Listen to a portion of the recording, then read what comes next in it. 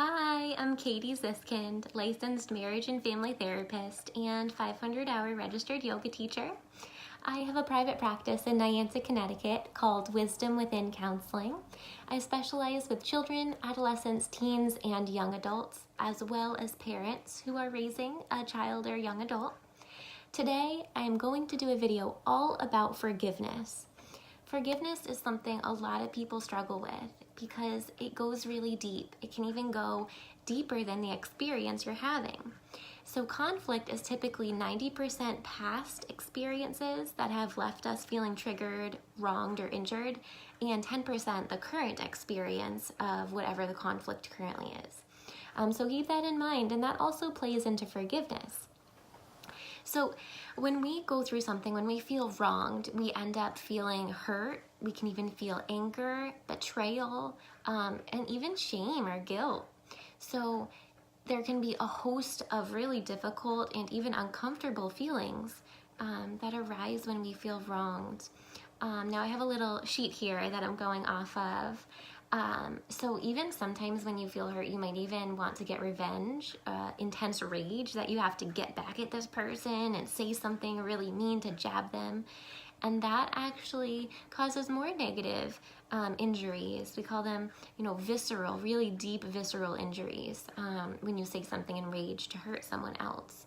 And this only brings you more negativity, emotional pain, and sadness. So no matter what or how you've been hurt, forgiving isn't about the other person. It's not about making the behavior that they did correct. Whatever they did may be wrong. It may be very, very wrong. Forgiving them doesn't make it any more right. So it's about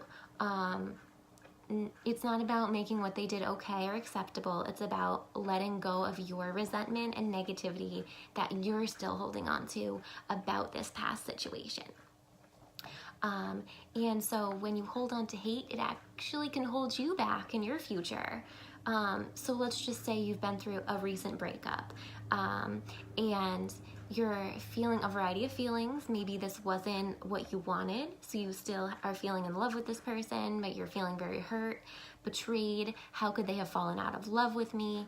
And then there's some anger.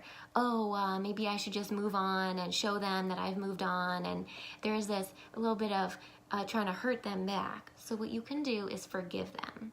Just forgive them, work on letting go, because then you'll be more open to be able to give and receive love in your next relationship.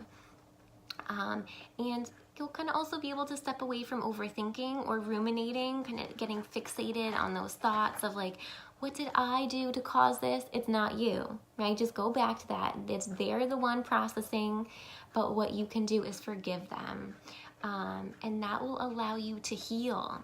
Healing is a really difficult process. There can be tears, sweat, a lot of bodily fluids. You just kind of move on through. So you have to pass through this time, but you have to go through the thick of it in order to heal. And when you forgive yourself and really apologize to yourself, you might even use a mantra like, I'm sorry, I love you. I'm sorry, I love you, right? Coming back to a really calming mantra that anytime your thoughts kind of feel kind of sticky or you feel kind of like lost in your head, you can say, I'm sorry, I love you. Right? And say that to yourself. That's a really big thing to say to yourself to heal. And you hold the power to realize that you have control over living a future, living a life and creating a future that you love, and upholding respect for yourself. Because when you apologize to yourself, you're taking accountability, personal accountability for all the things you've carried your mind, body, and spirit through on your journey.